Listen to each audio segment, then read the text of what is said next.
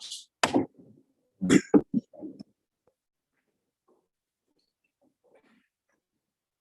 I pledge allegiance to the flag of the United States of America and to the republic for which it stands, one nation, under God, indivisible, with liberty and justice for all.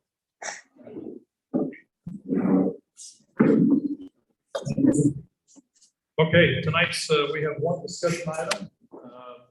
I'd like to approach this, if you don't mind. What I'd like to do is I'd like to ask the property owner, developer to go ahead and begin the conversation. And then we'll open up for public comments, council. That'd be a good time after he's done his short presentation.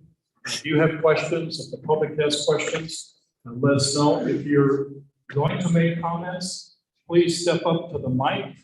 We'd like your name and address, and then make your question. And after that, then we'll have a public comment period after we get through this conversation on any other topics that you might have.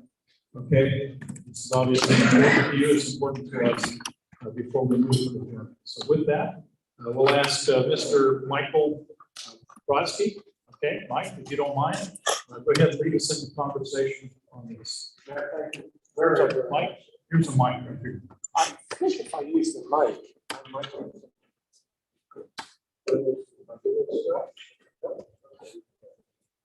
My name is Michael Brodsky. My address is 48 West, 4800 South, Murray, Utah. I hope you choose the rest of the discussion. What I have to say in the presentation is we are proposing a community of 51 houses to be built between the school and the existing residential area. It's a mixture of 38 townhomes and 13 single family homes. The intent is that the existing single family neighborhoods be bordered by single family homes and the school be bordered by the townhomes. Yeah, but the audience can, we can't, because the mic, the speaker's pointed out. Much better.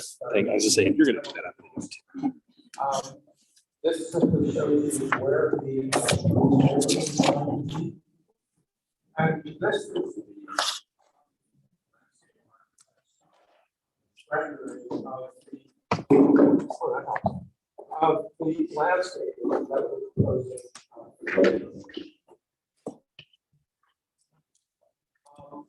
This is an engineer's drawing showing the location of the lots. It very clearly establishes the relationship of our single family homes to the existing homes in the neighborhood and the townhouses across the street up against the school.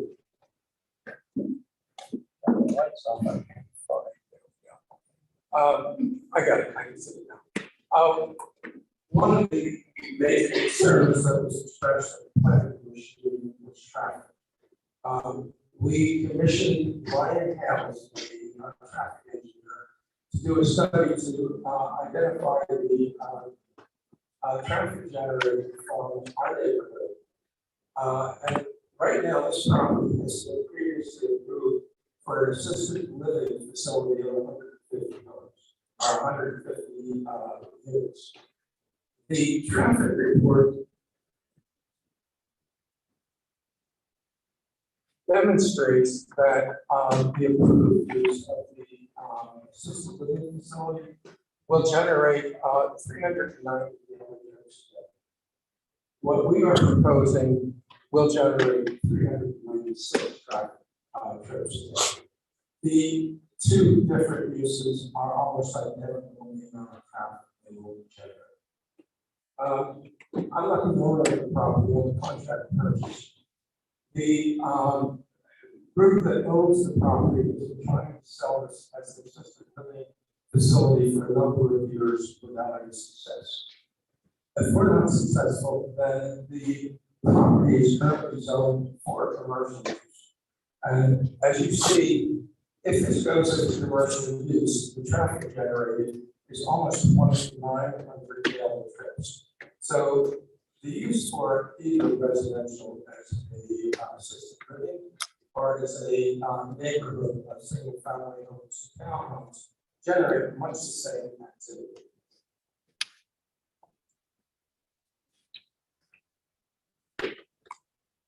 What we're asking for, of the city council is to rezone this property, us to build it as a residential development.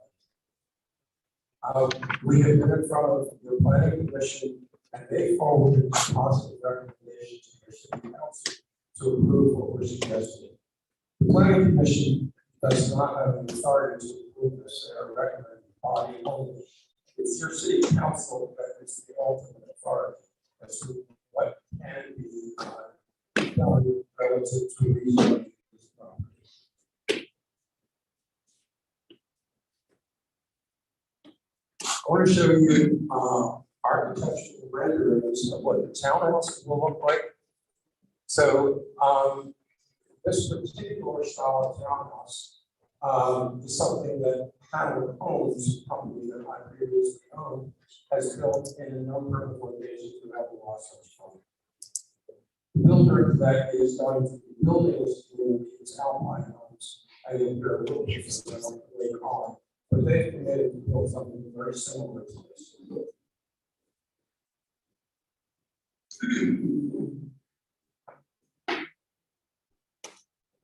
The single family homes that are being built by Alpine, these are renderings of those homes, and this is a sampling of the homes that Alpine will be building on the property.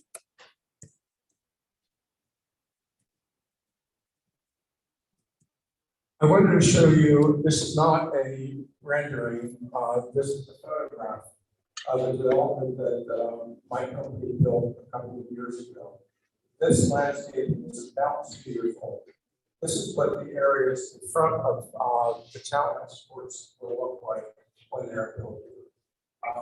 As the developer of this property, we are responsible for its design. Our landscape architect will be designing the landscape on the site, and the landscape you can see in these townhouse courtyards is very, very similar to what this photograph shows you. Before I open this up for comments from the city council, I'd like to introduce Austin Richards. Austin is with Alpine Homes, and he'll talk to you a little bit about their company and what they're proposing to do here. Austin. Thank you, Michael. Like you mentioned, my name is Austin Richards. I work with Alpine Homes. The address is here, but we're out of South Draper, Utah, actually. Alpine Homes, we're a company that we've been in the marketplace for a little while now. We are the company principals and had worked with our company for a while. We're quite experienced. Most of us have over 10 years experience with our company exclusively. And then it's more on top. We actually built Roy. Let's see, it was probably close to 20 years ago. We actually had one of our current sales agents, he was actually our sales agent here in Roy about 20 years ago, and that's where she started with us. And is actually currently selling homes for us in West Jordan. So we recently built up in this, I say this area, north of Salt Lake. Over in Layton, just a couple of years ago. We focus primarily in South Salt Lake County, North Utah County, but there's definitely a need for housing in Utah. And we feel like Roy it's a growing place, it's a growing area. There's a lot of potential here, which is why we're working on this project. Okay, thank you. Awesome, thank you very much. With that, I'd like to open this up to any questions from the council. And then after that,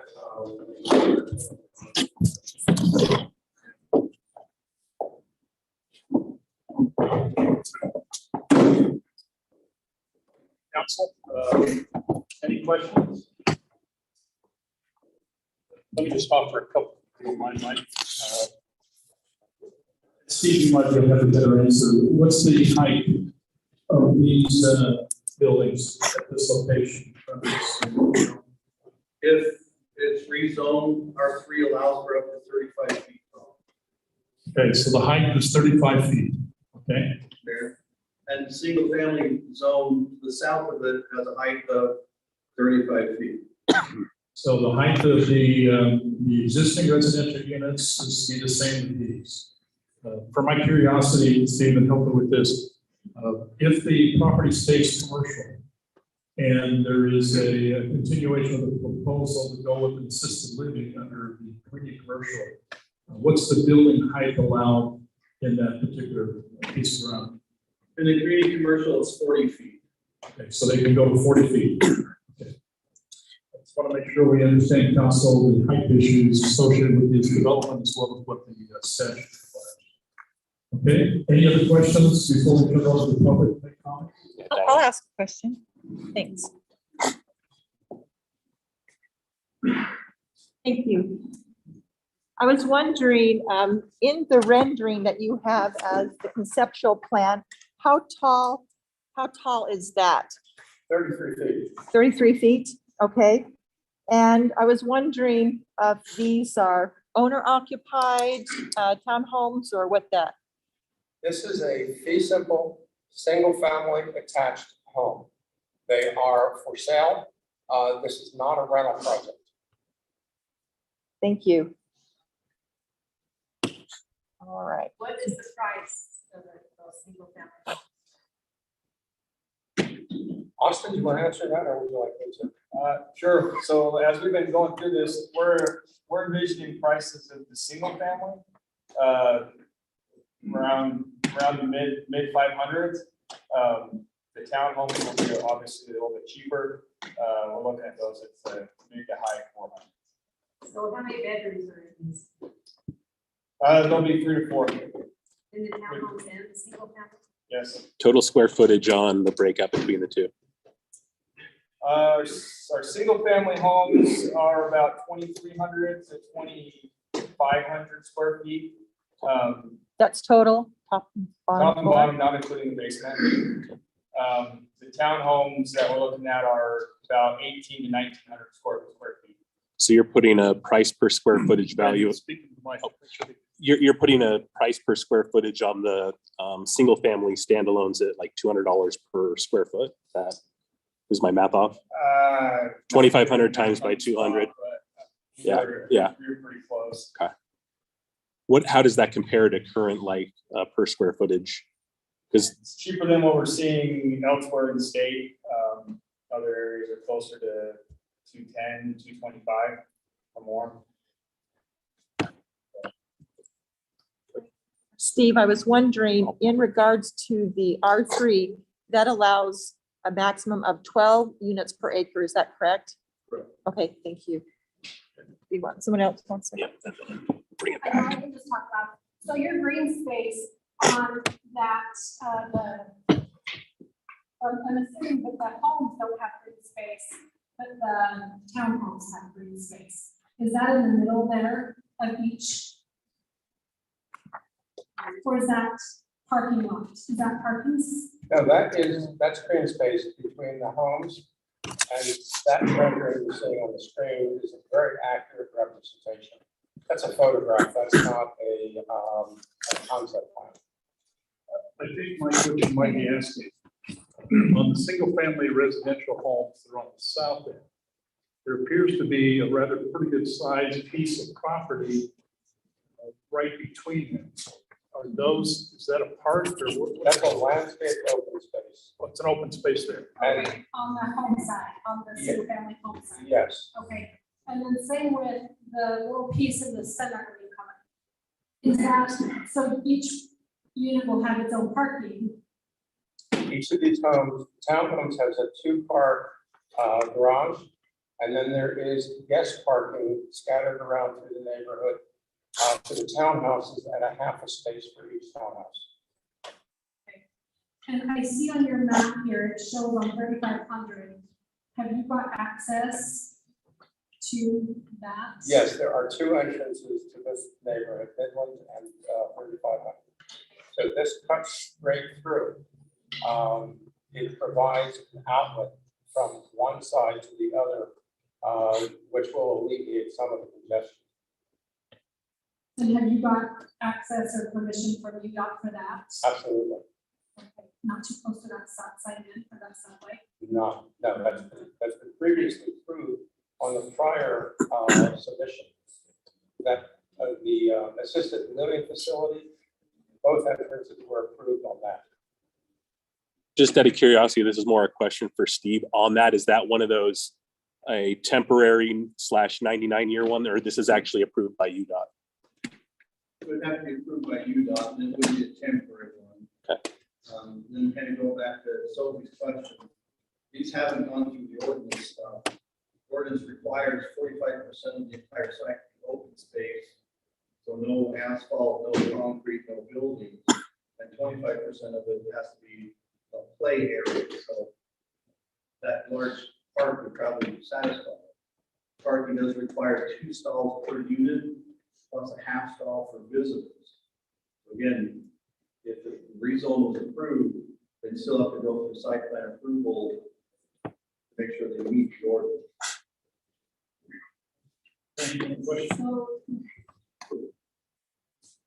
So is this maintained by a company, the landscaping? Yeah. Is there an HOA? Will they bring an HOA? Okay. So part of the development process is the creation of a homeowners association. We have set up thousands of homes like this over the last 25 years. We hire a professional management company who is responsible for maintaining all of the open space, the community landscaping, as well as administration for the homeowners association. There are provisions in that association that it takes a 75% vote of the owners to decide to not use a professional management company. And frankly, in the last 20-some years, I've never seen a professional management company go to that. I've seen them replace the management company, but I've never seen them replace the professional management supplement. So the single family homes are also like an HOA? They are part of this HOA. It's all one association. Yes. Will there, as part of the HOA, will there be CCNRs that will restrict the total number of the multifamily units that could be rented out? That's a discretion of the builder. We do that sometimes. I don't know if that's something that they want to do or not. As the builder, or how are you amenable to that? We don't sell our houses for rentals. Sure. Like what he said, so, I mean, we would be fine with it. That wouldn't affect us one way or the other sales aspect, because we're not selling them to renters. Sure. So. But there's nothing, because again, in the industry right now, there's nothing that's preventing some type of like investment agency to come in and buy up a chunk of them and then turn around and parse them out as rentals. That's kind of par for the course in the current real estate. We won't sell to those types of buyers. Because of the type of loans that you have to get, or the cash or whatever, we just won't sell to them. So if I walked up to you and I said, I have, again, you said 400,000 for, if I said I had $1.2 million, you would not sell me cash, liquid cash. We'd sell you one. You'd sell me one. Yeah. Okay. And when you ask that question, the provision that we've used in the past is something like 20% of the total homes in the neighborhood can be rented.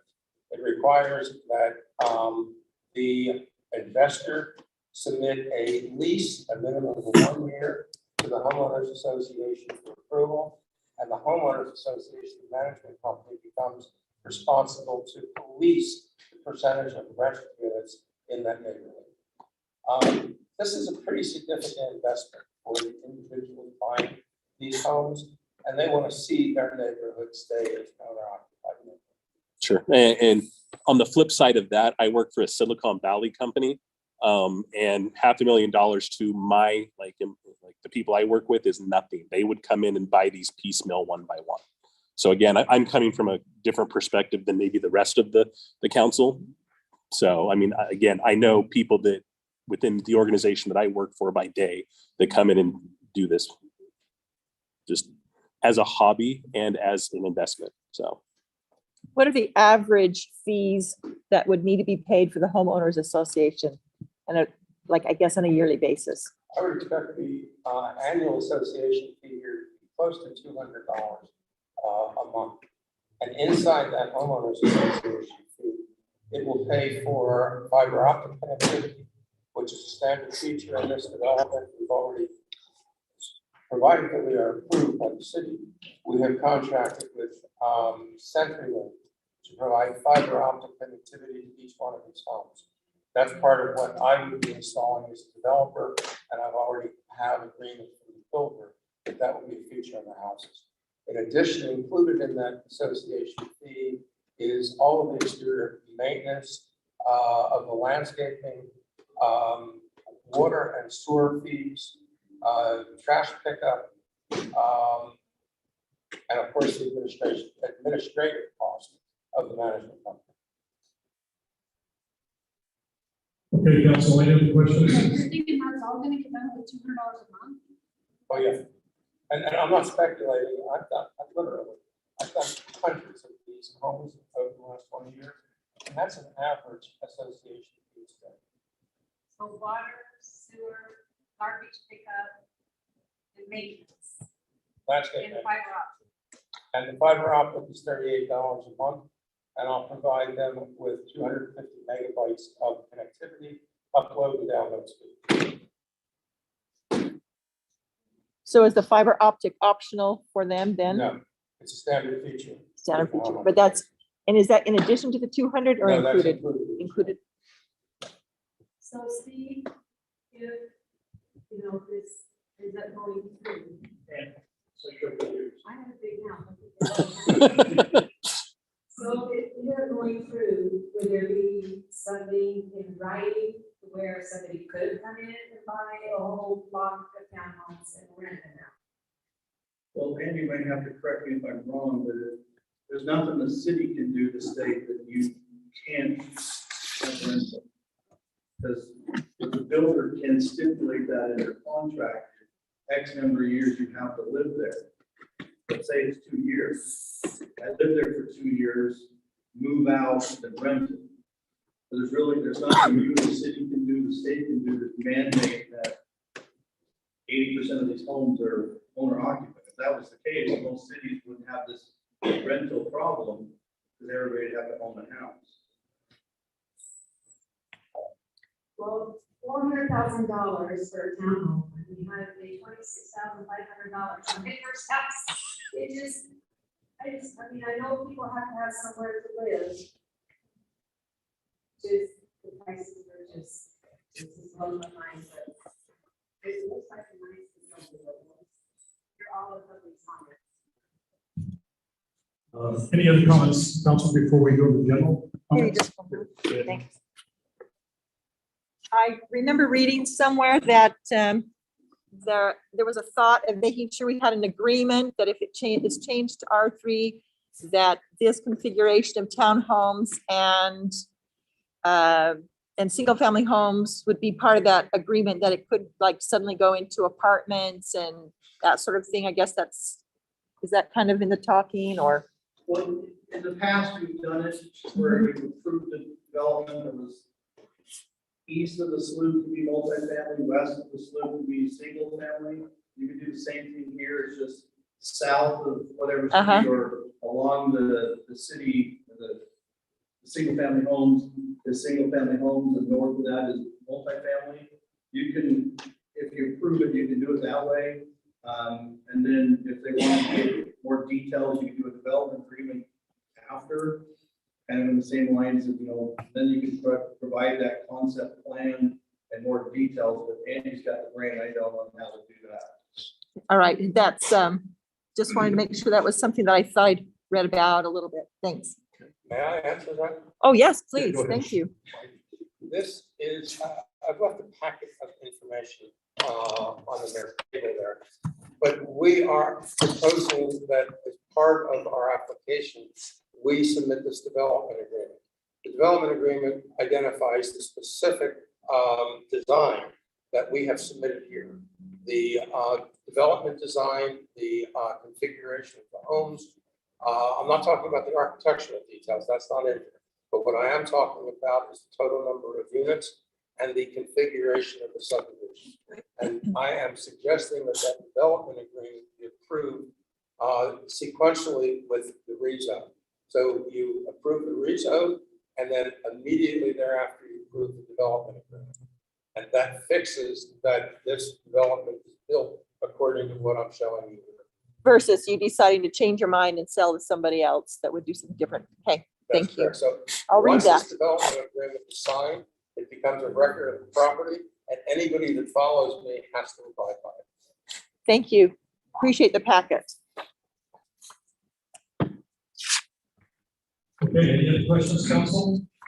Oh, I have. Okay, let's open it for public comment. Let me just make a comment if I can. No decision will be made tonight. That has to be done in a more formal city council meeting. But it's really important that the council understand your questions and the answers that are provided. So please, if you don't mind, just step up to the mic, give us your name and address, and ask your question and make your comments. Thanks.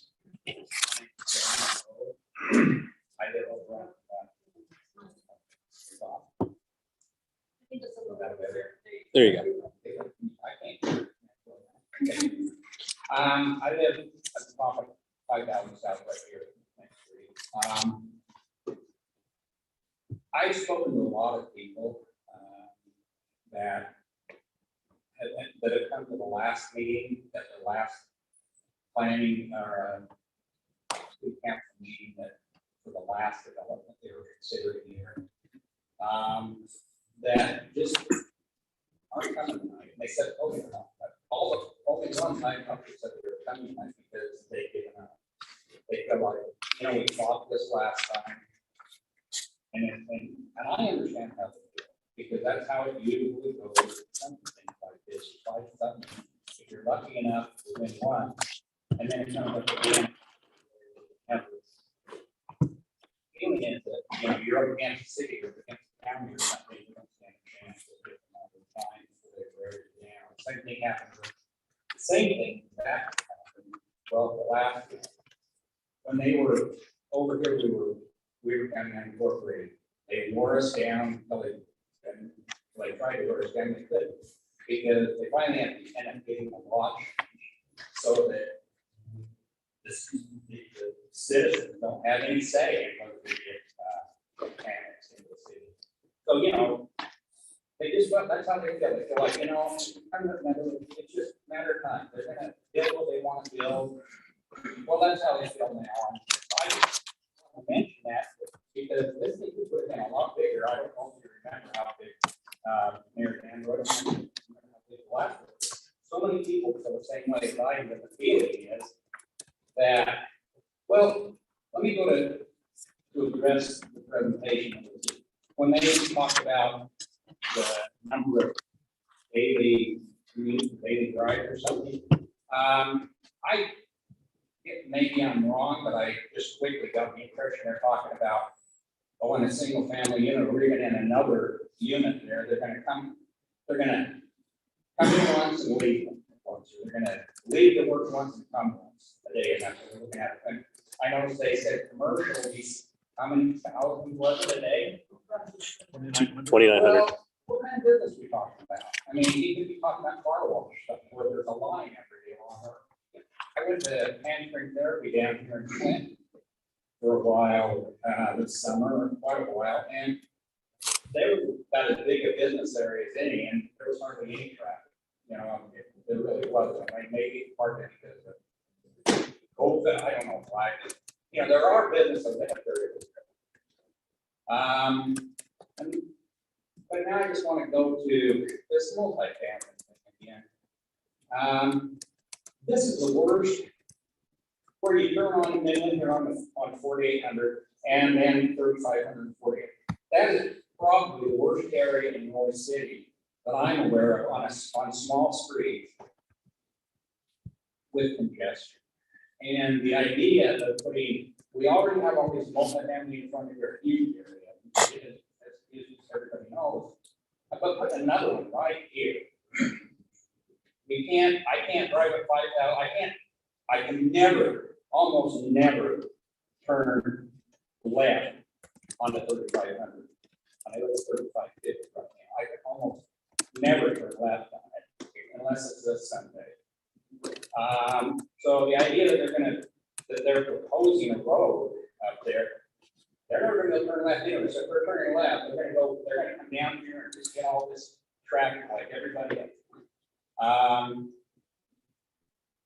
As I said before, it's quality of life for us to live right here. It's only because of the congestion. The congestion cannot be addressed with multifamily units. It just can't be. What I begin to appreciate about some of the other cities, they're building all of their multifamily units right up on what is 1900 does. Because they want them to be able to just get right on the freeway if they're going on the freeway. They don't want them to have to drive through town and mess up every road between where they live and wherever they're going. And that's what you're looking at here. We can't do it now. We cannot.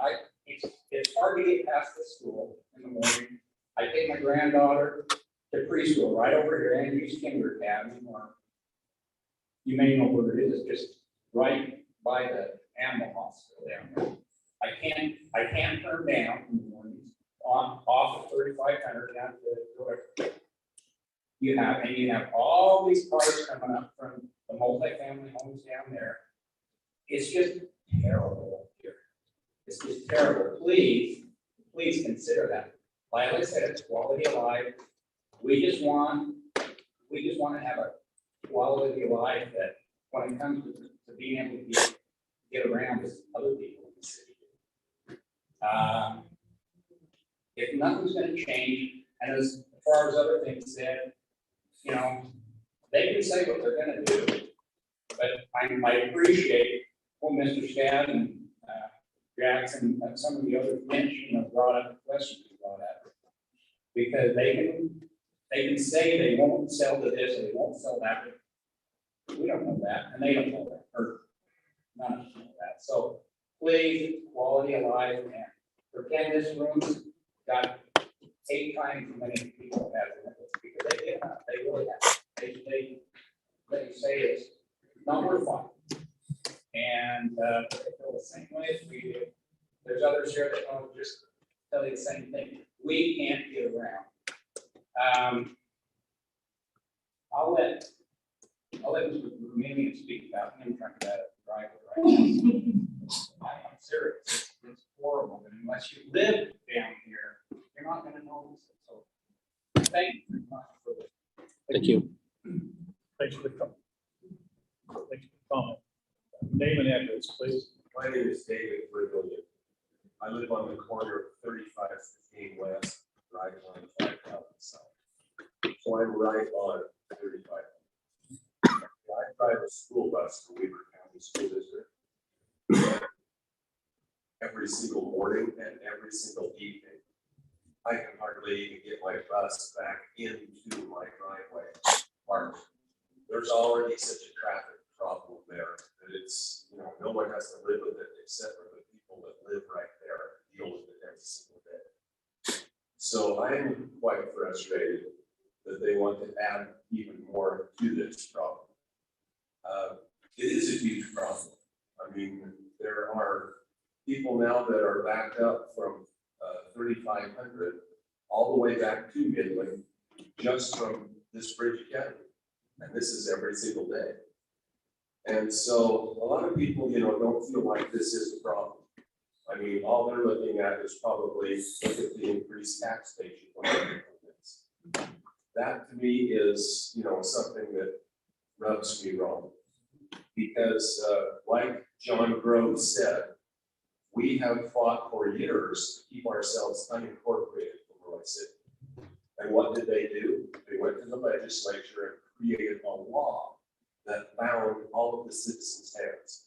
So we could no longer have a voice in what was happening.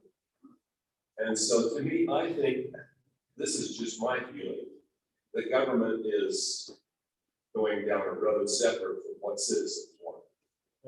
And so I am definitely opposed to this, because for one thing, I don't know what kind of a crime rate is going to increase. I know for sure what kind of a traffic impact it's going to have. It's going to triple and quadruple our traffic impact. And so I'm very concerned about this bill. I have been from the get-go. And I haven't said a whole lot about it because of my sentiments towards government. Government to me is out of control. And so I would hope that you'll listen to some of the citizens here this evening. I think the citizens have a valid point. I really do. Okay, great. Thank you for the comment. Anybody else like to make a comment? Name and address, please. Jim Pentecost, 5370 Midland Drive, right down in the heart of this room. As I was listening to all this, it just, as a pastor, I teach our church about stewardship, what it is to be stewards of what we have. As I'm listening to this, and seeing the state of the economy, and everything is rising, all the prices rising. Now you want to throw into the mix these $400,000 to $500,000 homes, which is going to increase property taxes.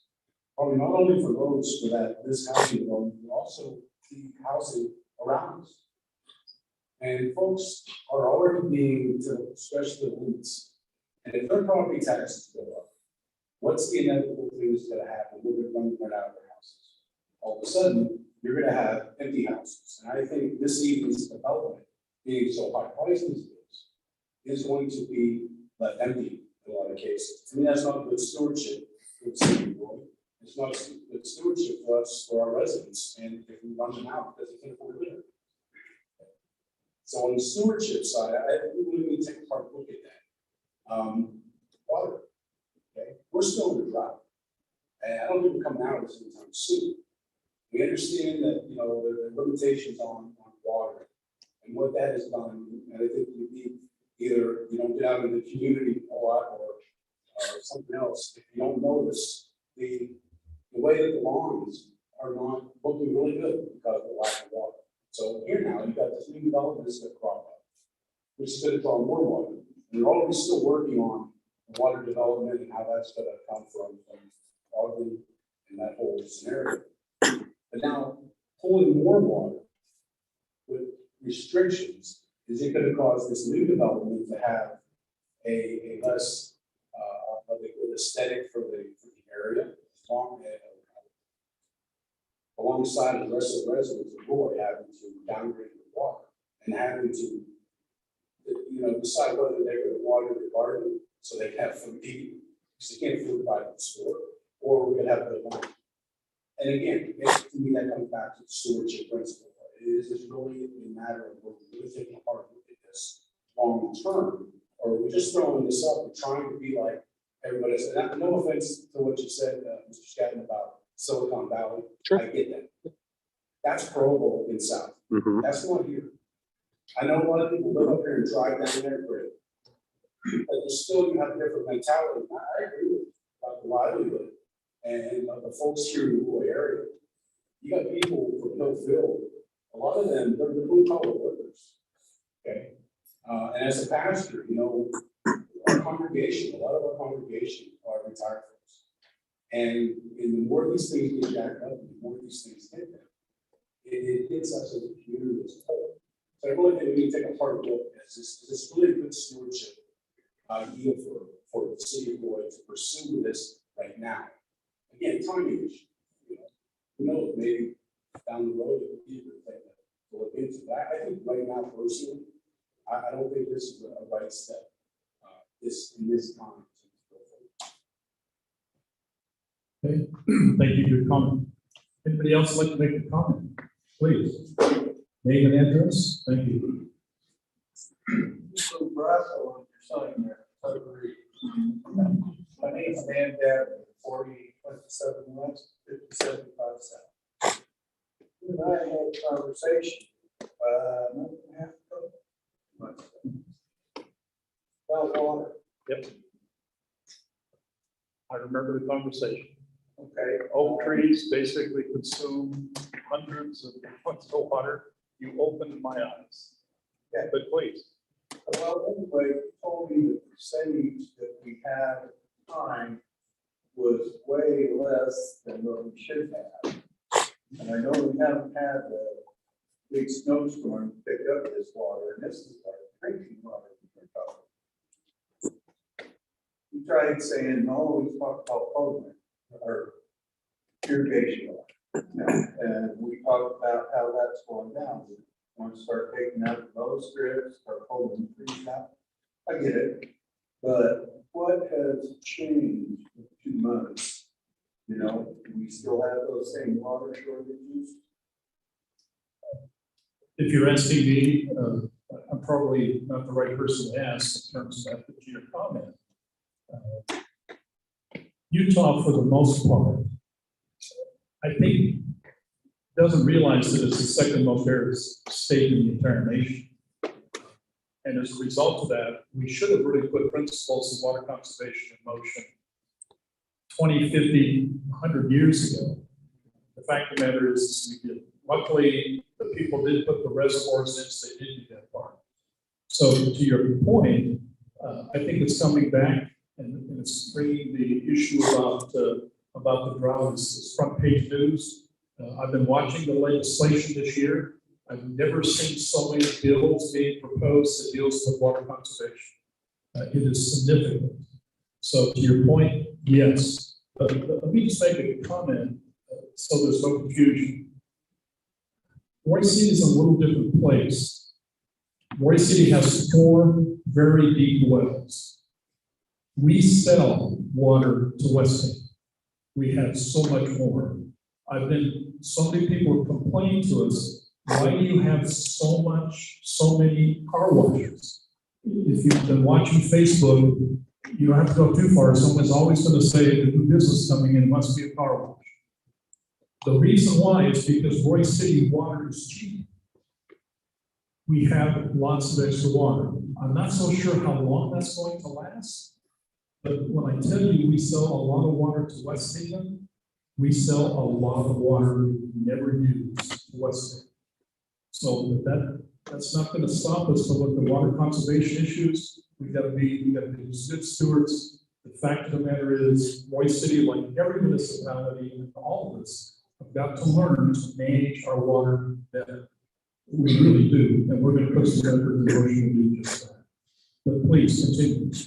Well, my only concern is that we're already, the drought is over, not for a while.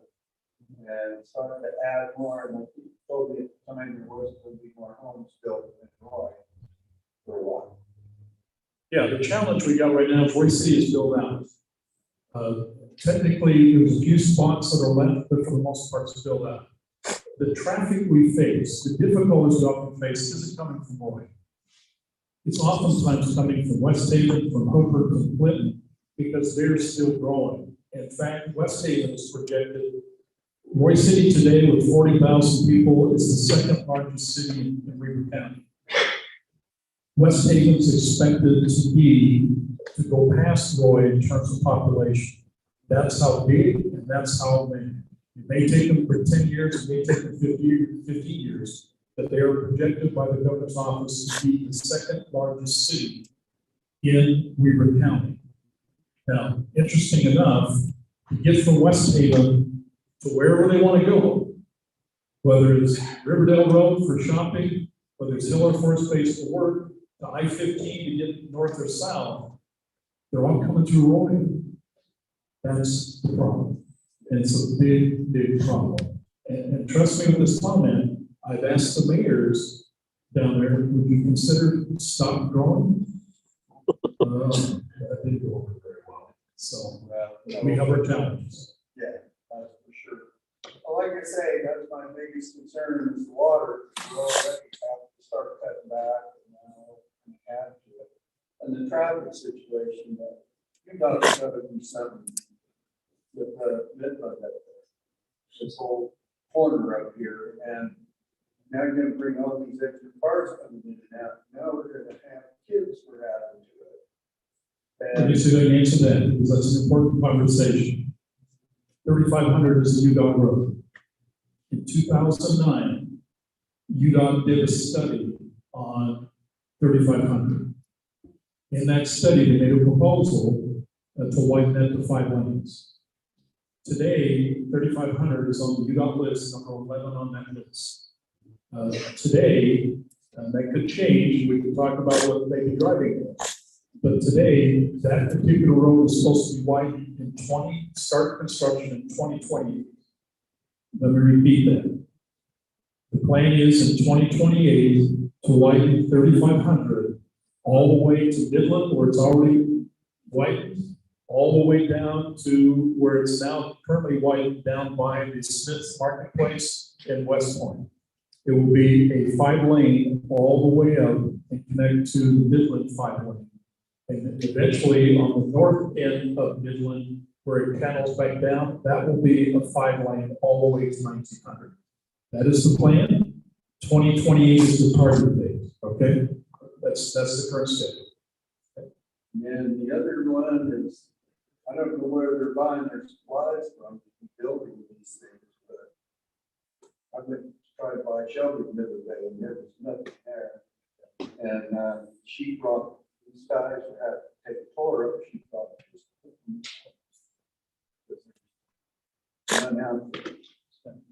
And I'm wondering if this, why this water out here takes so long.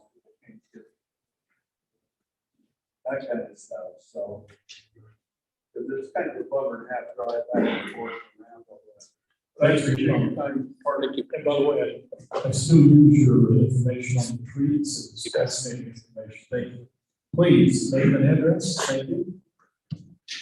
That's all 48, 43 west.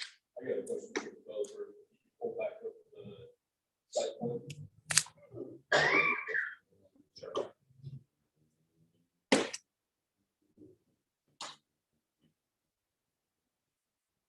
Oh, fine.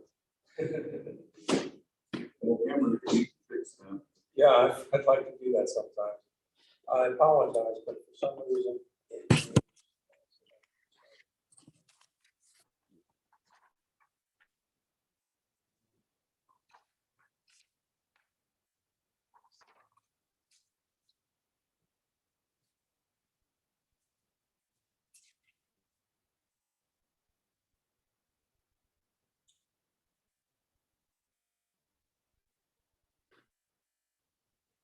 You see that? Yeah. So going west, my house borders right on the southwest border where you're talking. So you've got almost 2 lots in my house. What side of those lots?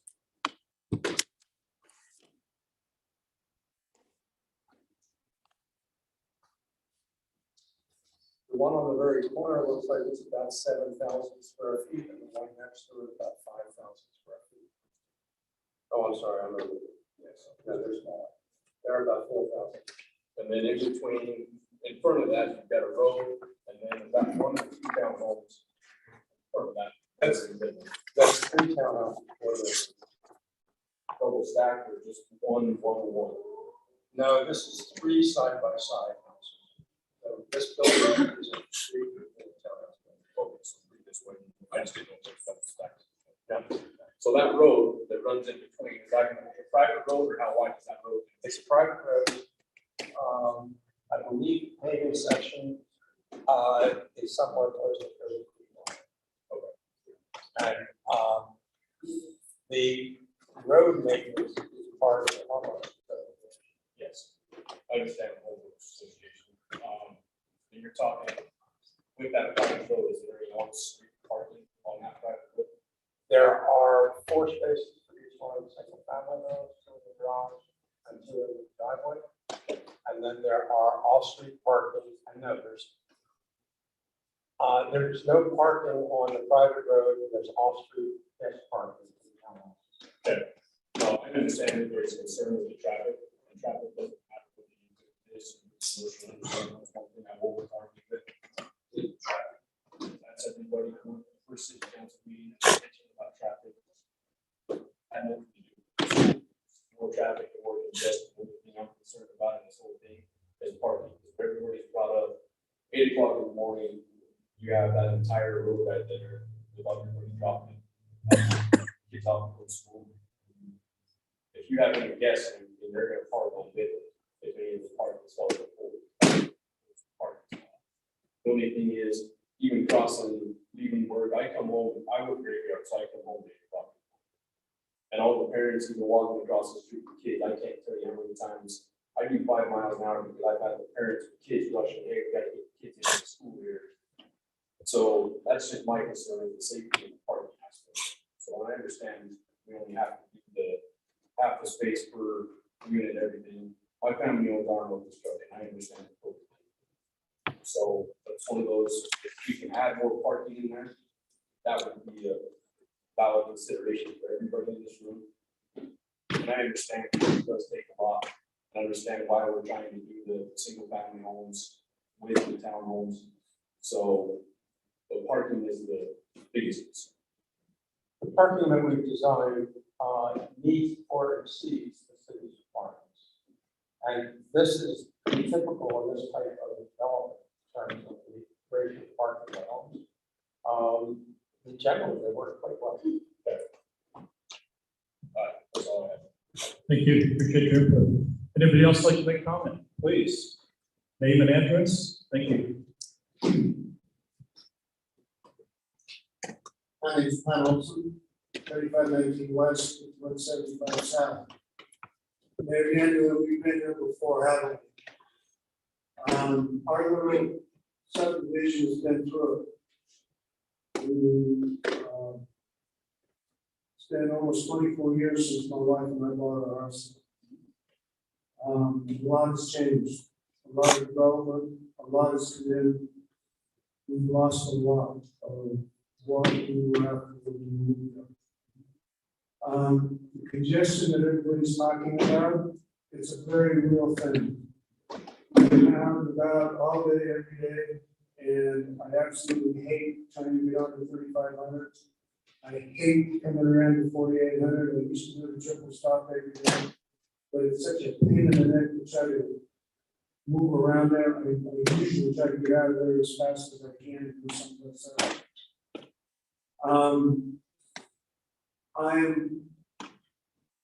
I'm listening to everybody and their concerns, and I'm feeling it because I live there.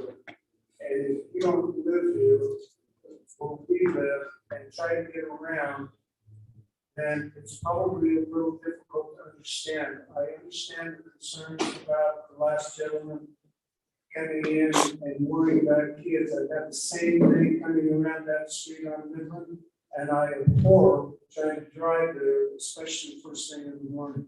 Because you're trying to figure out, well, if I don't go out 3500, maybe I can go out on Midland and then come around 4800. You've got kids all over the place, and they're running around the place, and you're terrified somebody's going to get hurt. Safety is a huge issue. I don't think that there is a question that something's going to happen to this piece of ground. I mean, it's going to happen.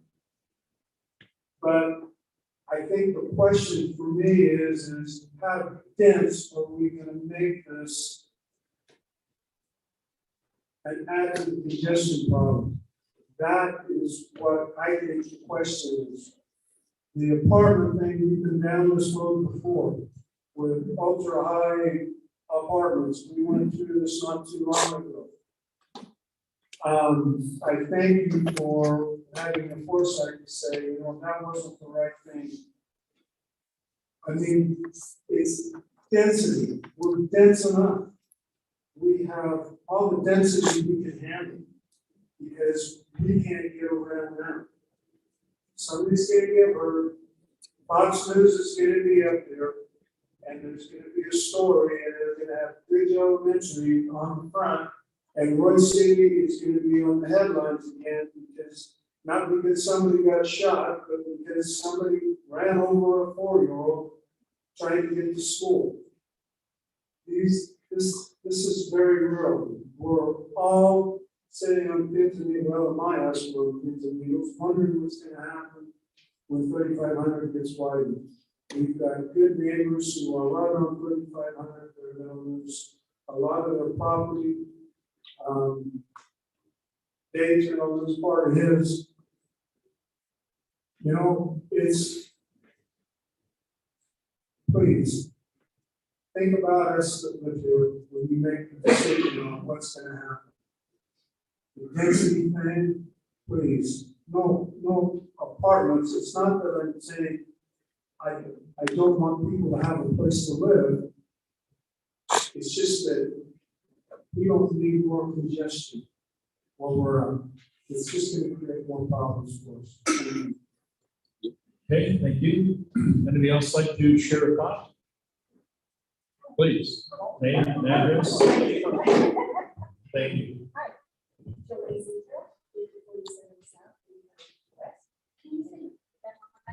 That's Joe. I just, thank you for your presentation, it was excellent. I mean, this looks really lovely, but I kind of like everybody else, I have some reservations. My biggest reservation is the minor intersection, or what used to be a minor intersection on 4,800 and Midland. We have a major intersection on 4,835, which is going to get expanded. Thank you, UDOT, and 28 to 2028. You've got this minor intersection that is very, very close to the one on 48. You can't put a stop like that. The backup traffic on 35. You can't put a four-way stop. You can't put a, because it'll back up. Maybe a roundabout, but I want to know if 4800 is a city-owned street, is that correct? That's why you don't have a buy. That's why you don't have a buy. Yeah, that's why we have a buy over the railroad tracks.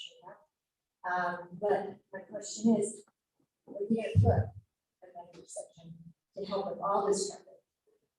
The traffic from the school and the safety issues for kids, yeah. Because that intersection is becoming very dangerous, so it needs something. And I don't know if you have that answer. Because it's a city-owned street, so you're going to have to put some kind of investment in something now to work for that short distance. I don't even know if it's the length of the football field.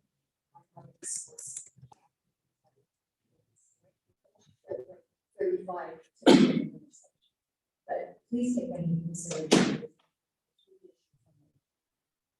So as we try to navigate 3,500, make the right hand turns if I want to go south, it's really easy. But if I want to go to Ogden, which I go to frequently, Ogden, Lincoln City, and that, it's very hard to handle. Just, you guys have an answer for me? Have you thought about that? Well, for at least what we know. There's a couple of issues associated with 48. You're seeing there's an issue with Midland.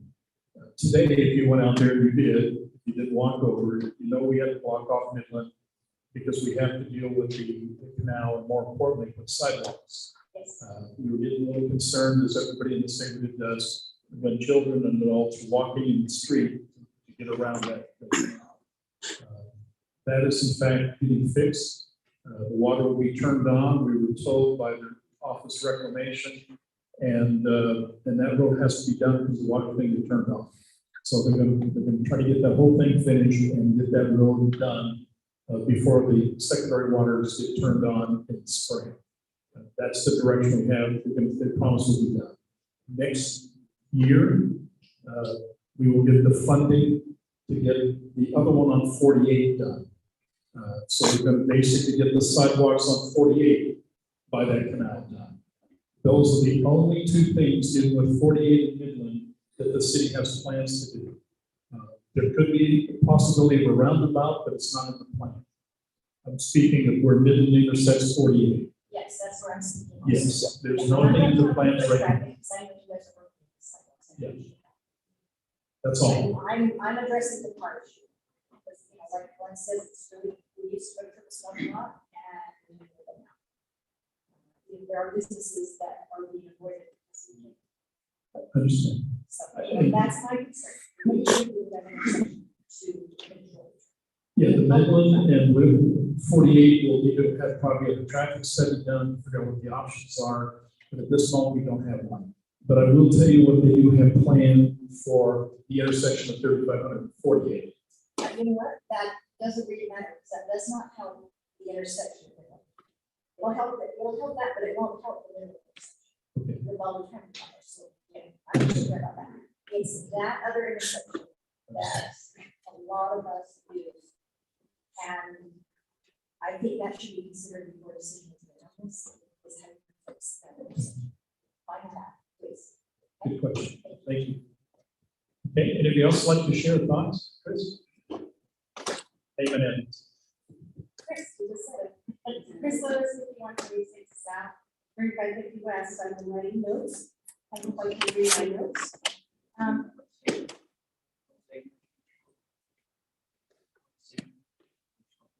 Join. Oh. Okay, so, I think I'm just gonna echo what Jolie just said.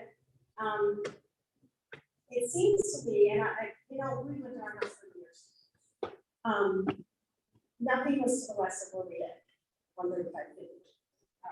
There's stuff, and you know, you don't expect potential development, but that Midland, you know, road that goes on the south side of 4800 has been there, I'm guessing, I don't even know, what, probably 100 years, I don't know, not 100, but you know, it probably is 50. Okay, long before everybody's hunting pheasants, you know, when that road. Was. Long time okay, so that was a big mess up. So where was that cut in here? We got a canal. Okay, those homes that they're right there, been there 20 some years. We have a canal with a bridge and no sidewalk. Why did that not happen 20 years ago? Like, I know you weren't in charge, I'm not typing. You were in charge, right? Yes, yes, thanks. Anyway, so why are we on back cutting? You know, and so we have this major problem with Midland coming out on 4800. There is no real solution. How can we put a roundabout there? No, it's too close to the intersection. It can't happen. Okay, so we throw all this high density, which is what it is. Okay, nobody has a problem with single family. I think I can people there to be true, and even the ones that aren't here. Nobody has a problem with single family. It's a perfect place for it. So everybody needs to start somewhere. I don't know about you, but $500,000 is not a starter. You know, my first house was 57,000. Okay, long time ago, but regardless. So then we're going to throw. I don't want to count how many townhouses are there. There's clearly not enough room for the, not just the houses, but all the vehicles. No, let alone the people that visit. There's not enough. It's an unsafe situation. I don't have kids anymore, I have grandkids. They don't live right here. But if that should be the number one concern. And I don't want to see the city attorney have to get up and explain why a 3-year-old was killed because somebody's still going 5 miles an hour and it's not slow enough because there's kids and you're going to throw more traffic. We need to address this issue of the high density and let's take the single family homes. And I think everybody will be happy except maybe this guy. Because you know what, I'm a business owner, some of you know that. And we don't try to gouge people and $500,000, 3 building coming up. Okay, let's just build some single family homes that are, you know, a starter home, affordable, and don't create the traffic that's going to make that neighborhood drive dangerous and very unhealthy for everybody. Sorry, we'll shut up for that. Let me see if I have another. Oh, yeah, the building. What? No, the building is okay. Everything else is going to raise the rates here. Everything's going to come to screeching home. You can't buy drywall, you can't buy any type of building materials. How are you going to build all these houses? Maybe it'll take 3 years to get them built if we're lucky. Yeah, $500,000. Yeah. So, I mean, let's be realistic. Anyway, that's what I think. And there aren't as many people as I expected, but I 100% of the people I talk to, everybody is against this high density issue. That's a real problem. I hope the council will reconsider that and let's go back to the drawing board with the planning commission. I mean, I know the planning commission has to do things legally, you know, and they go through the whole process and they approve it. And you guys are the ones that say yay or nay. So let's think about what's really important to Roy. We are almost built out. And it's not our fault that everybody to the west, the north, and south is not built out. But we're reaping the mess because of it. So does that make sense? Just wanted to say that. We'll talk later. Makes sense. Okay, anybody else would like to share a thought? This is, stand up to the microphone, give us your name and address, make your comment, please. John Grove, South 3555. I didn't mention, I was planning on mentioning everything, but when I go down to Midland every morning, go back and get the stop sign over here. It's many mornings, it's very difficult for me, because I have to get over into the turn lane and turn left on the 3500. Very often, some mornings, the turn lane is backed up where I can't even get to it, so I have to go up and go 3500 and then turn up to the elementary school and come back down Midland, because it is such a mess there, it's terrible. You know, as people said, I have never said anything negative about a single family home. If this multi-family, just add in, as one person suggested, you know, this is nothing to them, you know, the traffic, it's all the elementary school. It is every time a multi-family home is built, it's that much more traffic than just a single family. Which we just can't afford. I mean, we can't afford it because of the road. Thank you. Please, please, name and address.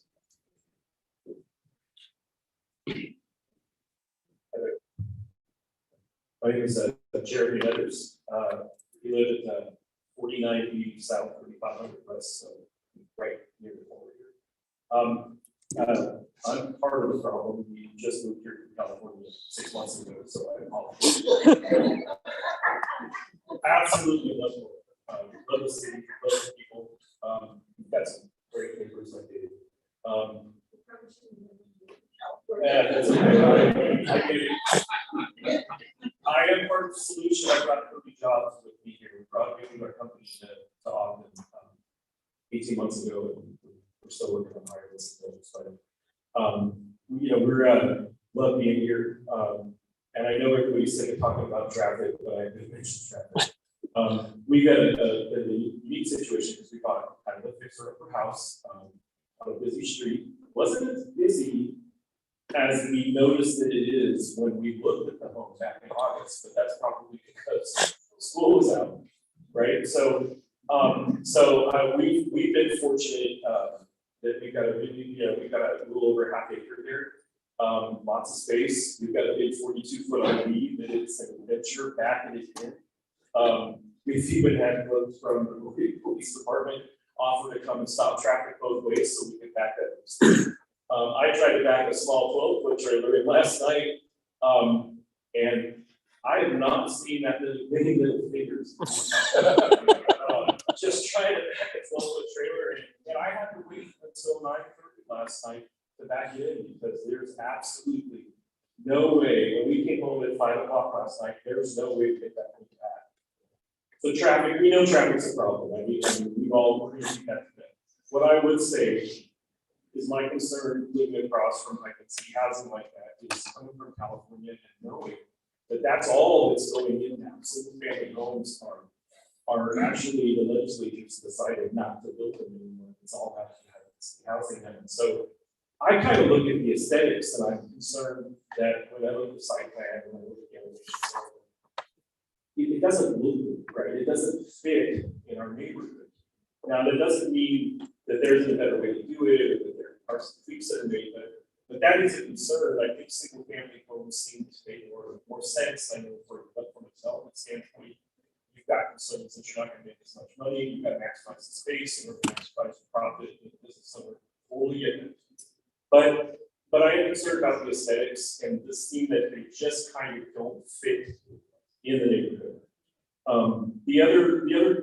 So I've got some questions then for our developer over here.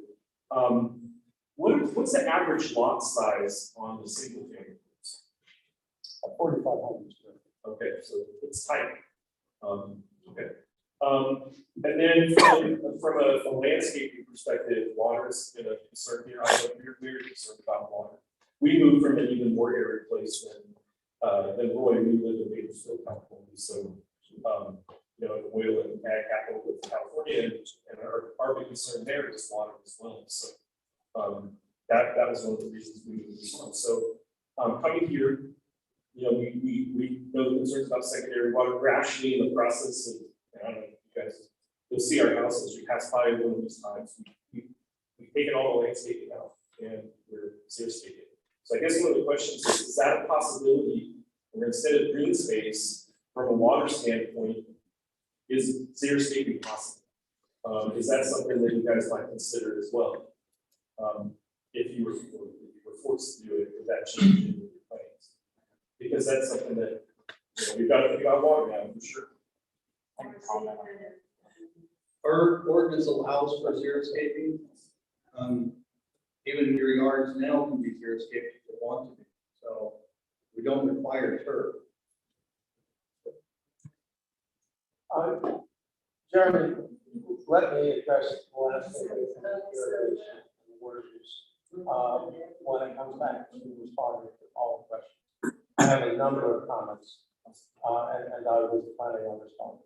And just one last thing, because we got most of my questions got answered. Thanks for this opportunity to have a forum like this, and to have our voices heard. And I know that there's a lot of anxiety, but without this process, and at least the ability for us to bring our voices forward, I know we did not get the opportunity to do this where we lived before. So this is outstanding. We thank you.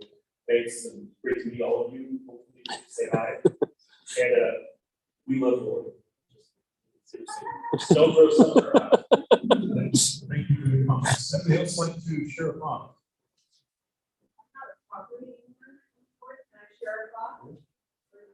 You're surely welcome. Please, come up to the mic. This is the principal of this wonderful school, please. I'm on ground, I live in as a principal here in the school, so water. We have a big grass field here, obviously, and it's pure hell where you keep it up. So we have a bid out to put in artificial turf, which will release a bunch of water shares. We have a bike share for the school. So if you want to buy some water shares, talk to me. Then, last time I came to the council meeting, we talked about the red code policy. Is that complete? Actually, I've been working the last few months to get the Weaver School, the Weaver Water District to come out and do the flip strip plan, do a presentation to the city council. I think what they're waiting for is there is a number of legislative bills that are now moving through the legislative process. Some of those are talking about incentivizing private individuals to consider doing xeriscape or exerscape and paying for that. I think that's the reason why Weaver hasn't basically called me back. But I'm going to get them to the city council meeting and invite them and the public to come up and talk to them, be part of that. Because I think there's a real benefit to the residents as well as Red City to start looking at serious water conservation programs, and that's really. So I was specifically talking about the paint your curb red policy. You were putting. That one's, the paint your curb is already done. Awesome. It's already in place. We're holding off paint your curb on that side, waiting for the bridge to get finished. And then we'll come and fix that. Please take 6 years to get the bridge done because the traffic is beautiful. So the gentleman, he's left now, when he's talking about the parents starting across the road, that's why we would love that west side painted red, at least keep the parents on this side. So those are only. Perfect. Thanks for coming. Name and address, thank you. Trisha Clark, when it's 48 Midway South 36, 100 West, just right here. Based on this map, our house that's the field right now. And this is just more of an observation. We talked about the aesthetics and, you know, the just the living environment in general. I'm looking at this plan and the single family houses at first I thought, well, that's a great idea. But I just want single family houses. I'm going to have 3 houses behind my one lot. And we don't live in a big house by any means. I mean, it's 3 bedrooms, 1,800 square feet. I'm trying to envision what a 2,500 square foot house is going to look like, 3 of them behind my one house, because the lots are so small. And for $500,000, I mean, I worked for local manufacturing company. And I don't know a lot of people that can afford that as a starter house or anything like that. So I'm just trying to understand maybe why the lots aren't bigger, you know, why the living experience in this development might not be a little bit better for people that want to live in there. Why we could make it so cramped and dense, instead of giving people an opportunity to have a little more space and, you know, like the other houses in the neighborhood. That's all. Okay, thank you for your comment. You can be able to answer that. Let me get all the comments out, and then we'll ask the developer and the builder to have respond to some of the questions in the council. We have some. Anybody else would like to share a thought? Okay, political questions. As long as you can tie this development into the conversation, it's perfectly good for us. Please. I know aesthetics has come up a few times. The state legislation has mandated that cities cannot regulate aesthetics of single-family homes or multi-family homes. So it's going to be really difficult to make a house look pretty when the state statutes don't allow you to do that. That's a question. How can the city go and cite someone whose lawn is not up to par? Because that has happened. If they don't mandate how it's to work, how can the city go and cite someone? That's happened. So I don't know what the answer is. I think that's a fair question. The only thing I can indicate from my perspective, and I think the chief lawyer might be able to answer that. If there's a development agreement that is accepted with the proposal, then whatever's in that development agreement, the developer has to, and the builder has to build with that agreement. That's the condition that allows the city council then to approve it. And that may be the only way by which there's a legal means by which says what we've been shown will be developed. Other than that, with Steve's comments, his suggest is that I might like things that are brown, but if the developer likes it green, I don't have a real say on that. They choose that particular color and aesthetic value. So the only thing we may have to have that gives us at least some leverage is whether the development agreement is between the developer and the city council upon approval of that particular change. I'm thinking of regular homes. Please, name and address, thank you. Same thing about the city, if you said. I'm just talking about regular homeowner that has bought a house. Okay, it's off of 6 hours. Okay, 4 road, 7 road. Their lawn was not kept up to be as green, and they got cited and told they had a certain amount of time to get it fixed. Now, if the state says we cannot do that, then why is the city doing it? For buildings? Mayor. So that's what I was asking. I'd be more than that. Yeah, as I say, let's defer to council. Andy, go ahead. What they're talking about, the legislature, is the actual building itself, the house itself. It's not dealing with the lawns. Okay, so that's the distinction. And As part of the aesthetics is. Well, I'm telling you, the legislature is dealing with the actual building itself.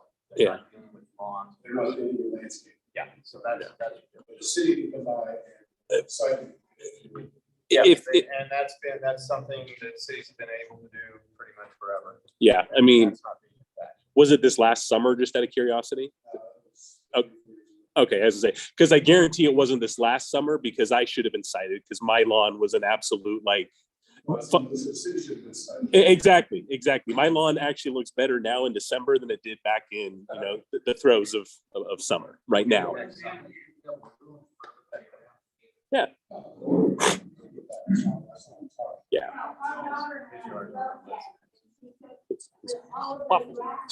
Could you oh, thanks. They were trying to landscape, Mhm. scoop out all the dead grass in the bush. Sure. And all they had was dirt. Well, they came by and they cited them because it was just dirt. So. My other question, that's one last thing. How is the widening of 35 and 2028 going to affect this? development now, because they're expanding, I mean, they already back far enough, we're not worried about that. To be honest with you, especially they have to, for them to be able to develop and put a road in on 3,500, which they might has indicated you've already got a clearance. UDOT will determine, because that study has already been done in 2009, will define the setback off of 3,500 by which that road has to exist. So that would have already been defined.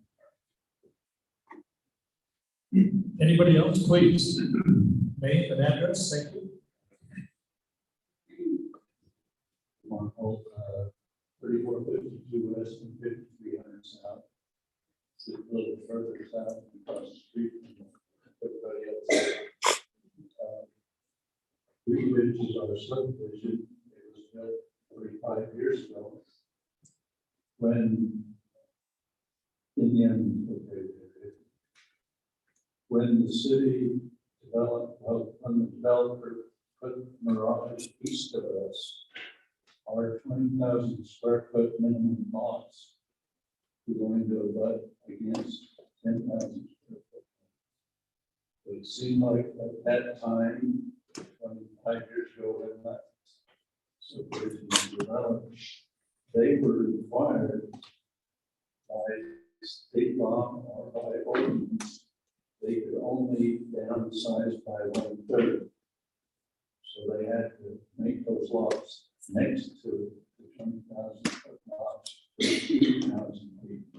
I don't know what's happened with the lots since then, but that's what was required back then. Okay, thank you for your comment.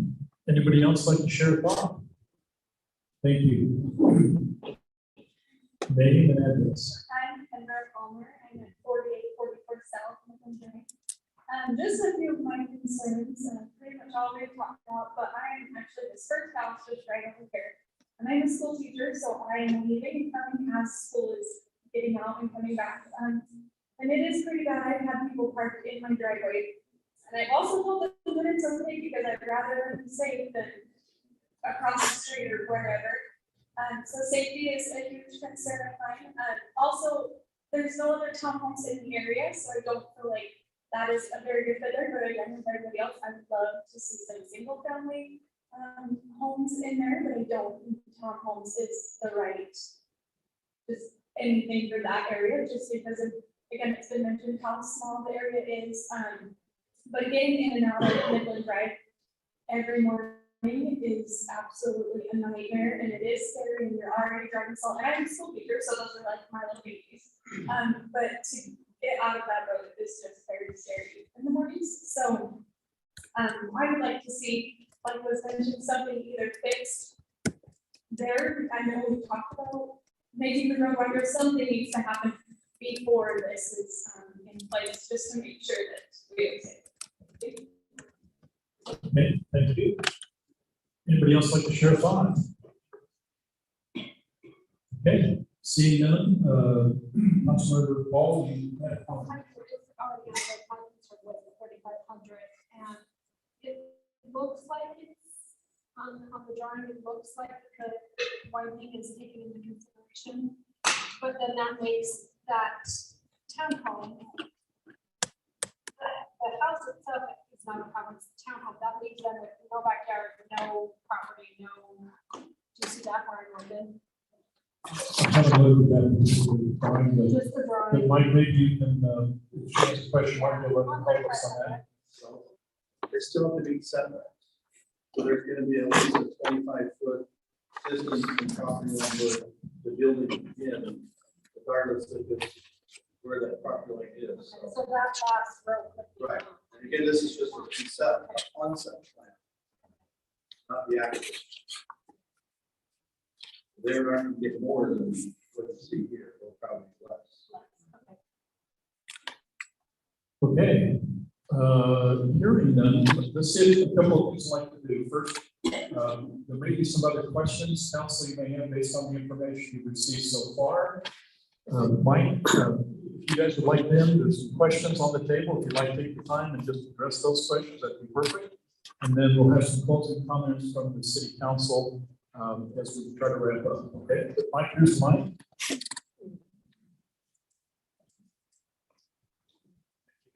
Mayor, thank you. I don't want to minimize anything that I've heard tonight. I will say that I distilled the comments down to a couple of different areas. I'm trying to address traffic, affordability, road widening, traffic event, and water use. So let me start with the traffic issue. This is not going to make me feel any better about what I'm proposing, but it's the reality. And that is what has been currently approved, that assisted living facility. If it gets built, will generate the exact same traffic that my community will generate. If it isn't built, by the way, it's 150 units. Most of them don't drive. They don't drive. Let me finish. The traffic generation study that we did shows that they'll generate the same amount of traffic on 150 units that we generate on 50. But most important to you is that the permitted use of this land right now it's a commercial zone. And if the assisted living facility isn't built, it could be built out as a commercial facility. And the traffic that the commercial facility will generate for you is significantly higher. Maybe, like John says. By a magnitude of 5 than what I'm proposing. So what we're proposing is something that you can know will be a minute, will be what will be there. The development agreement that I am proposing with the city would guarantee that what we are proposing is built there. You talk about water use. Clearly, we are in an arid climate. The design of the landscaping for a neighborhood like this will take into account water conservation. There's a lot of this area that is mulched. There's a lot of this area that has a type of irrigation that is specific to plants and uses a minimum amount of water. With working directly with your staff, we certainly can design water conservation usage in this neighborhood. That's a good thing.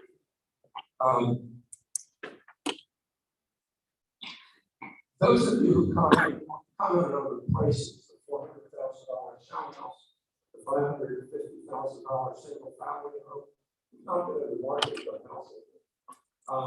These unfortunately are the lower end of what housing costs today.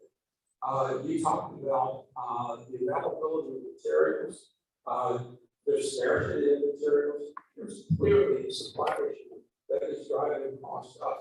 Not just material costs, but labor costs and land costs particularly. The size of these lots is a function of land costs and affordability. It's not coming down. And the only way that we can provide housing for your children and for people who need to be living in a single family home is on smaller lots. This is what we're proposing. The road widening that was discussed, our concept plan takes into account that we need to widen the road as part of the development. We're showing you a concept plan that is going to have to comply with specific criteria, specific design criteria that the city has.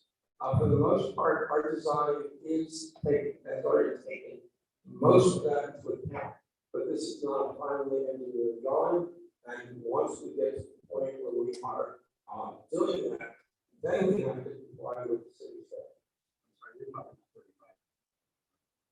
The road widening I'm talking about. Yes. But I'm also talking about asset back, side yards, front rear yards, those sorts of things that we have to comply with.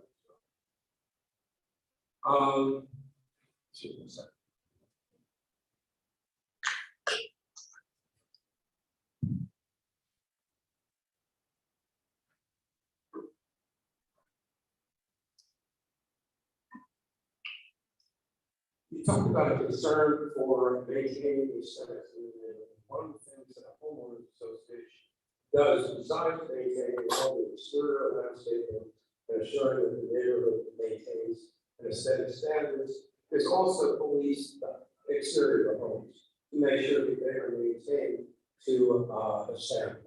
The association has police power to levy fines, to levy liens against properties that are not being properly maintained. I know that I haven't answered specific, some of the specific questions you've asked, but again, I want to close my comments with again restating that the permitted use of this property will generate significantly more traffic than anything that I am proposing tonight. Pardon me, can you say that again? I'm sorry. The permitted use of the property right now, the property, will generate significantly more traffic than what I am proposing. But you could put in scenes. I mean, it could be done, you got them on one side, that can be done the whole thing, so. I'm saying, I appreciate what you're saying, you know, you're, but it can be a little misleading too. But saying how much traffic can be commercial, well, everybody kind of what kind of problems there. You know, saying, and I asked you about the homeowners association, can the homeowners association, can they abandon that period of time? Can they kind of it's governed by homeowners association, and homeowners association, association, dissolved? Yes. So, wait, let me finish. I need to qualify, yes. The documents that go with the homeowners association require 75% of the residents of the owners in that association to vote to not abolish the association. That can't be done. But they can vote to get rid of the professional management. I've been doing this for almost 50 years, and I have never seen a homeowners association get rid of the professional management. but it can Anything. And, you know, I'll bluntly answer your question about the number of homes. It's affordability. With what this land will cost, I can't afford to build this as a single family. You asked why these are 10,000 square foot lots. The affordability is. I can appreciate that, you know, and I appreciate you, you know, presenting in the presentation.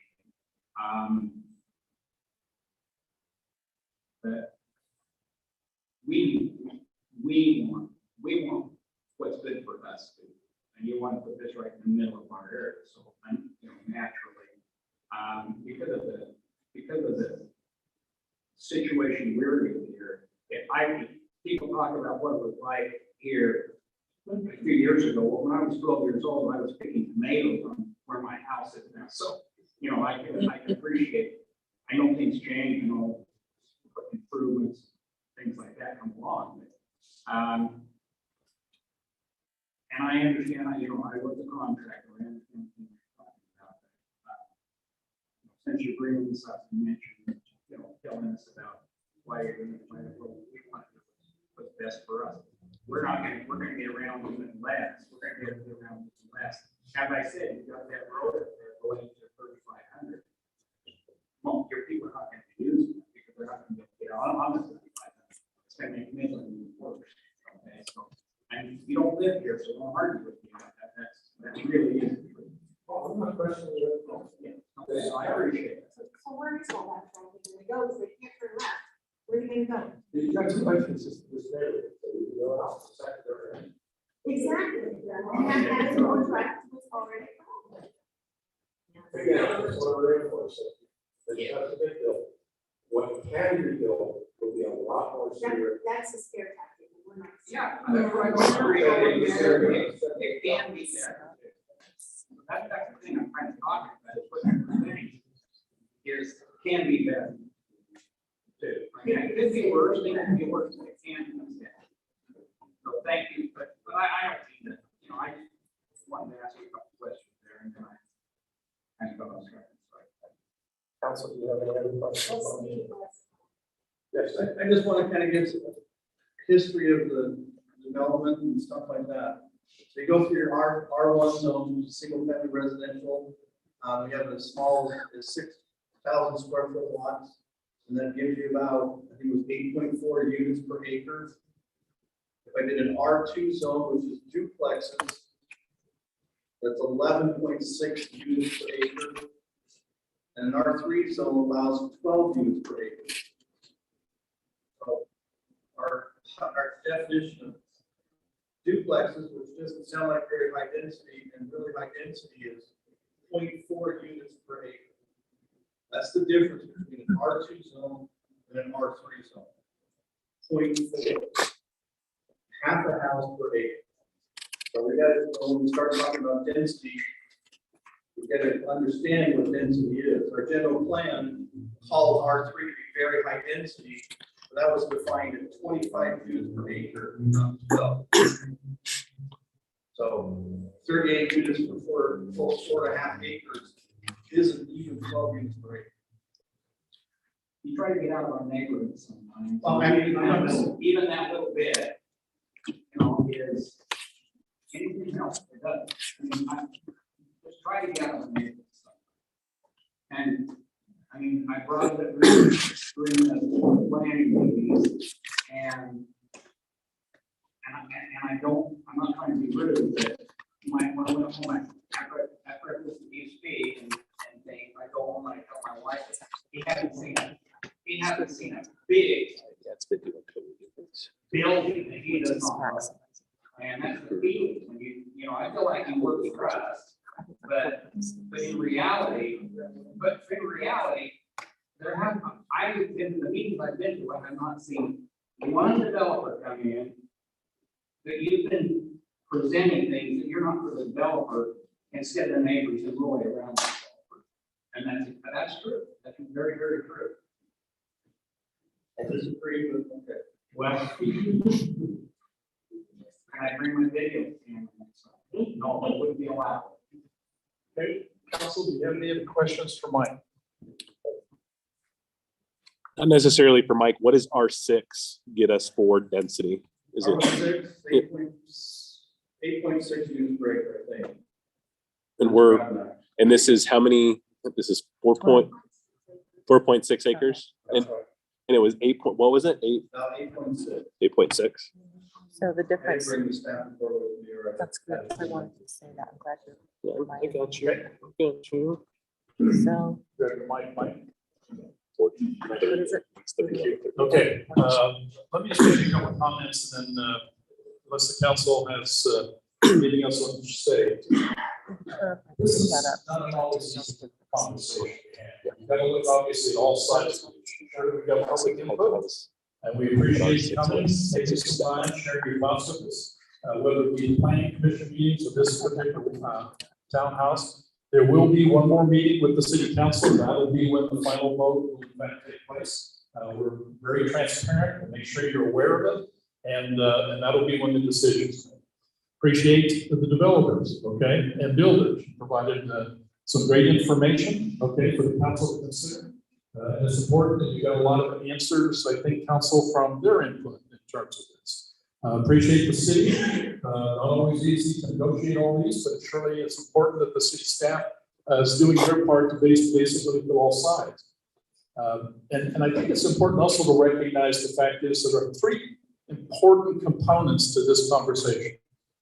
That is in terms of the residents who live in this area.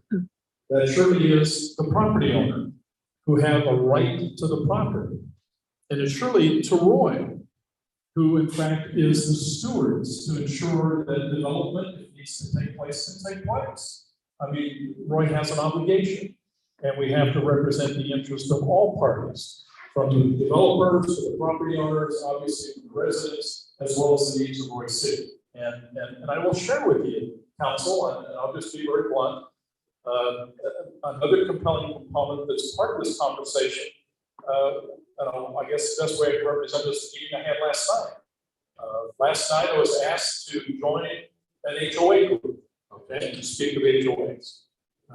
This group is going to get notified shortly. When I mean shortly, within the next few months, that UDOT is going to take their properties. They're gonna do that because 5,600, they'll start right away land acquisition this year. And starting in May, UDOT is going to purchase about 10 to 12, 14 units per month and simply buy out people's homes. 56 of those homes, starting in May. So this time next year, Mayor, thanks for joining us, okay? You appreciate this, a lot of these things that we're talking about, you were part of that. Those people don't know where they're gonna live tomorrow. They don't have a clue. And if you really wanna see people who are struggling right now, okay, attend the meetings and try to talk to people that simply says, I grew my whole life in Royce City. Love this city, wonderful city. And UDOT's gonna buy their homes and they gotta find someplace else to live, because there is no place to go.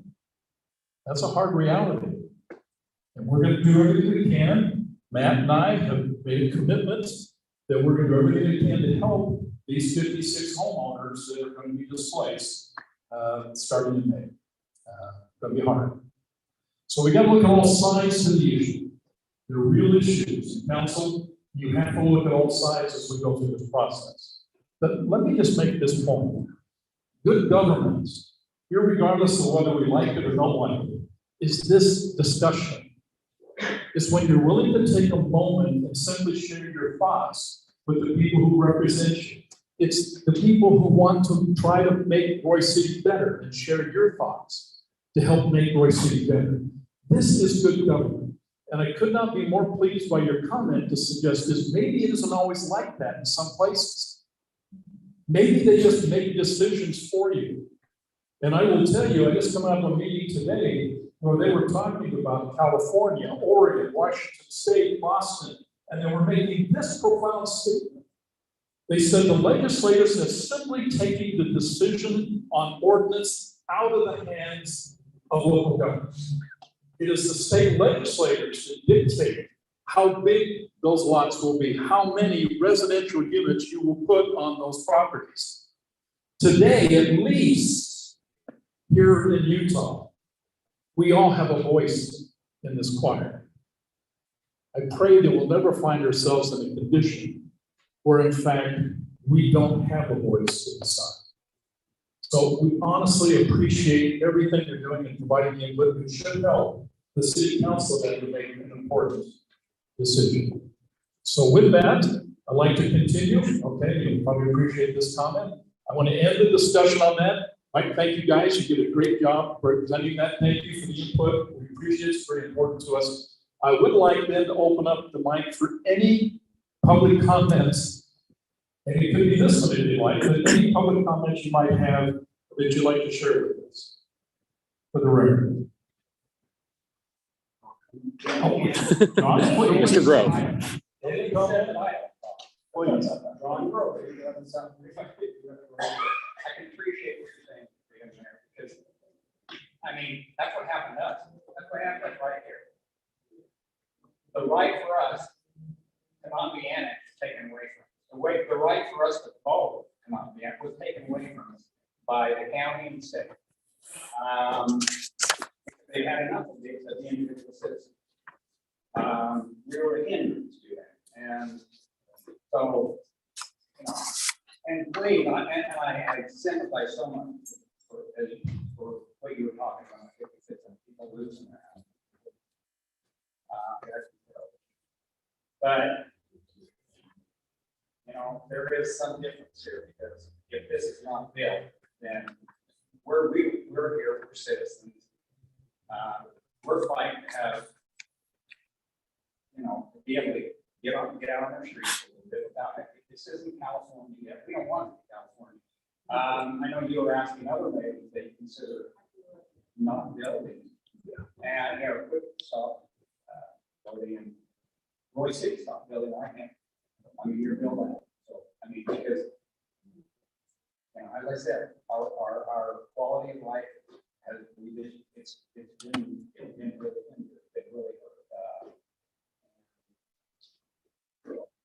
there you go. Okay, John, thank you. Anybody else like to share on any topic you'd like to share, please come to the mic and, okay, last comment, John, and you're absolutely correct, I was there. You were in that meeting with the high school. I made a commitment, I made a comment, and I said this, and I still remember this day. Mayor, you were part of that, so you know how it's like that. You had spoken. The people did not want to get annexed. And Royce City simply says, that's fine, you had every right. And we stepped back and we simply says, we want to be a good neighbor. And what shocked us, I'm telling you, and Andy, you were there, remember, what shocked us was the county divorced you. I know. I could not believe this. They just simply divorced it. They said, please, okay, Royce said, PPM, we said, we'll bring you home. We changed so many of our ordinance to accommodate that transition, to make it as smooth as we can. But I'll tell you, that was a painful moment. And Mary, you were part of that, you remember. And I will tell you, John, as you stated, it shocked us. But I remember you saying, I said it, I says, hey, let's be good neighbors. We can be part of Roy, we can help you, but by the same token, you don't have to become Roy. And you got divorced, we said, you can't be out there alone. And we brought you home, and we basically did everything we commented, so we appreciate that. Hey, thanks for the conversation. We had a good conversation, got a lot of good information. Okay, with that then, council, do I have a motion then to adjourn? Motion to adjourn? Randy, motion to adjourn, do I have a second? Second. Okay, thank you. Diane, for that, all in favor? Aye. Any opposed? We're adjourned. Thank you for your time.